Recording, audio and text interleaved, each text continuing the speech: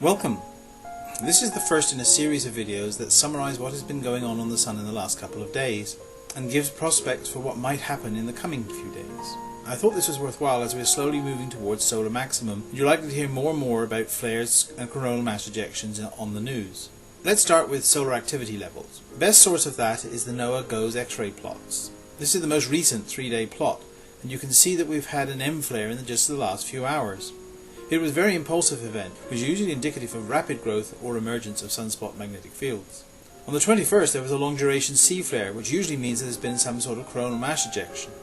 In this short video from the Solar Dynamics Observatory you can see a small sunspot group rotating off the west limb, while a much larger group appears in the southeast. That is NOAA region 1176. Far more interesting is the magnetic field images. You can see how much larger and more complicated 1176 is than all the other regions around.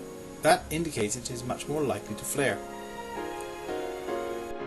Looking in helium-2 304 angstroms shows solar eruptions most clearly. There's so much going on in this movie, let's see that again. Don't only look at the active regions, but look at the limb and see all the prominences changing. Beautiful, isn't it? Now for the million-degree corona.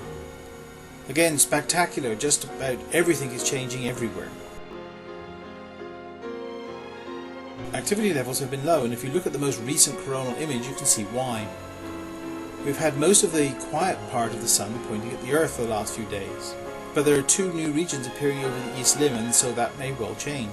If we look at the data from the Stereo B spacecraft, we can see what is about to rotate over the east limb of the Sun as seen from the Earth. Stereo B is trailing the Earth by about 90 degrees, and so sees the solar disk as we will see it in about a week's time.